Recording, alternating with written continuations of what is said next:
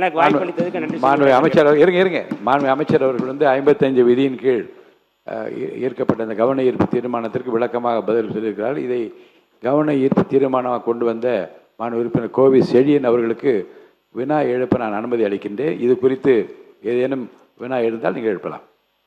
மாண்புமிகு பேரவைத் தலைவர் அவர்களே, மாண்புமிகு சமூக நீதித்துறை அமைச்சர் சொன்ன அம்பேத்கர் அயலக உயர்கல்வி திட்டம் மாணவர் பாரதிதாசன் பெற்ற நிதி என்ற விவரத்தை முழுமையாக சொன்னார். நாங்களும் கேட்டோம். ஆனால் வானத்தில் பறக்கிற விமானத்தை பார்த்து விமானத்தில் ஏறுவோமா என்று ஏங்கியிருந்த கிராம ஆதி திராவிட மக்களுக்கு, குறிப்பாக நீலகிரி மாவட்டம் தேயிலை தோட்டத்தை விட்டு பிள்ளை கூட கனடா சென்று பல்கலைக்கழகத்தில் உயர்கல்வி படிக்கக்கூடிய அந்த திட்டத்தை அறிவித்த தலைவர் தமிழ்நாட்டு முதலமைச்சராக இருந்த அண்ணன் தளபதி அவர்கள். அந்த திட்டத்தின் கீழ் தான் மாணவர் பாரதிதாசன் பயிலுகிறார். மாண்புமிகு அமைச்சர் 2-3 தினங்களுக்கு முன்பு இந்த திட்டத்தின் கீழ் எல்லா மாணவர்களுக்கும் நிதி உதவி அளிக்கப்பட்டு விட்டது என்ற செய்தி பரவியதற்கு பிறகு மாணவர் பாரதிதாசன், அமைச்சர் இப்படி சொல்லுகிறார், எனக்கு நிலுவைத் தொகை வரவில்லை என்ற எண்ணத்தை தான் அவர் கருத்தாக வெளியிட்டு அது இன்றைக்கு வெளியிலே மாணவர்கள் மத்தியில் கொந்தளிப்பை ஏற்படுத்தி இருக்கிறது. மாண்புமிகு அமைச்சர் இந்த தேதியில் இத்தனை லட்சம், இந்த தேதியில் இந்த லட்சம் என்று சொன்ன அனைத்து நிதி உதவியும் கடந்த திராவிட மாடல் நாயகன் தளபதி மு.க. ஸ்டாலின் ஆட்சியில் பாரதிதாசனுக்கு வழங்கப்பட்டது உண்மை. மாறாக மாணவர் கருத்து தெரிவித்ததற்கு பிறகு நிதி ஒதுக்கீடு தாவேக அரசு செய்திருக்கிறதா என்பதை மாண்புமிகு அமைச்சர் தெரிவித்தால் அது மாணவர்கள் மத்தியில், குறிப்பாக ஆதி திராவிட மாணவர்கள் மத்தியில் இருக்கிற ஐயத்தை போக்கும் என சொல்லி எல்லாவற்றிற்கும் பிதாமகன் தளபதி மு.க. ஸ்டாலின் என்பதை பதிவு செய்து அமர்கிறேன். அமைச்சர். மாண்புமிகு உறுப்பினர் நம்முடைய கோவி செழியன் அவர்கள், முன்னாள் உயர்கல்வித்துறை அமைச்சர் அவர்கள், அவர் பேசியிருப்பது என்பது யாரும் மறுக்கவில்லை. யாரும் நாங்கள் புள்ளி விவரங்களில் கடந்த காலங்கள், கடந்த ஆண்டு தான் அவருக்கு கொடுக்கப்பட்டிருக்கிறது என்பதை நான் சொல்லியிருக்கேன். படிச்சாச்சு. அதை நான் படிச்சிருக்கிறேன்.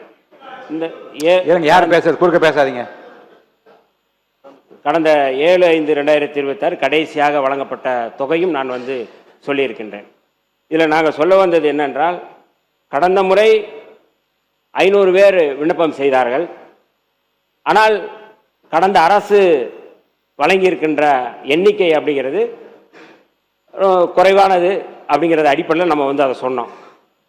மொத்தம் கடந்த முறை வழங்கியிருக்கின்ற அந்த எண்ணிக்கையை விட இந்த முறை 3 மடங்கு நாங்கள் அதிகமாக கொடுத்திருக்கிறோம்.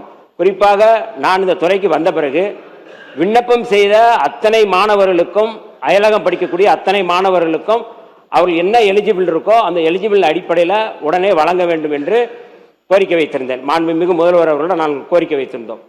ஆனால் அதற்கான நிதி இல்லை. போன முறை 84 கோடி வழங்கினாங்க. இந்த முறை கூடுதலாக வழங்க முடியாது என்று சொன்னபோது மரியாதைக்குரிய ஃபைனான்ஸ் மினிஸ்டர் இன்னைக்கு இப்போ வரல, அவரோடு நாங்கள் உரையாடி அதற்கு பிறகு ஃபைனான்ஸ் செக்ரட்டரியோடு பேசி அதற்கு பிறகு மாண்புமிகு முதல்வர் அவரிடம் சொன்னபோது முதல்வர் அவர்கள் சொன்னார்கள், அயல்நாட்டில் படிக்கக்கூடிய இந்த மாணவர்கள் எந்த சூழ்நிலையிலும் அவர்கள் தடைபடக்கூடாது, அத்தனை மாணவர்களும் அவர்கள் வெளிநாட்டுக்கு சென்று படிக்க வேண்டும் என்று வழிகாட்டி இருக்கிறார்கள். அந்த வகையில் தான் இன்றைக்கு கூடுதலாக 131 கோடி ரூபாய் கூடுதலாக இன்றைக்கு வழங்கப்பட்டு அந்த தொகை இன்றைக்கு எல்லோருக்குமே கொடுக்கப்பட்டிருக்கு. அதில் மாண்புமிகு உறுப்பினர் அவர்கள் சொன்னதை போல நிறைய அதில் விசா பிரச்சனை இருக்குது அப்படிங்கிறத நிறைய மாணவர்கள் கவனத்தில் கொண்டார்கள். அது குறித்து எங்களுடைய செயலாளர் அவரும் அனுப்பியிருக்கிறாங்க சென்ட்ரல் கவர்மெண்ட்டுக்கு, அதாவது மத்திய ஒன்றிய அரசுக்கு. மாண்புமிகு முதல்வர் அவர்களும் இது குறித்து கடிதம் எழுதியிருக்கிறார்கள். நாங்களும் இது குறித்து கடிதம் எழுதியிருக்கிறோம்.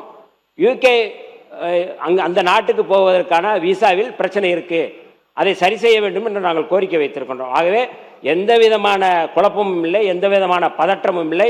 அத்தனை மாணவர்களும் இந்த ஆண்டு 362 மாணவர்களும் அயலகம் சென்று படிப்பார்கள். தவறான செய்திகளை பரப்பக்கூடாது என்பதற்காக அந்த செய்தியை நான் சொன்னேன். நன்றி, வணக்கம். உறுப்பினர் வேலுமணி அவர்கள். உறுப்பினர் வேலுமணி, முன்னாள் அமைச்சர்.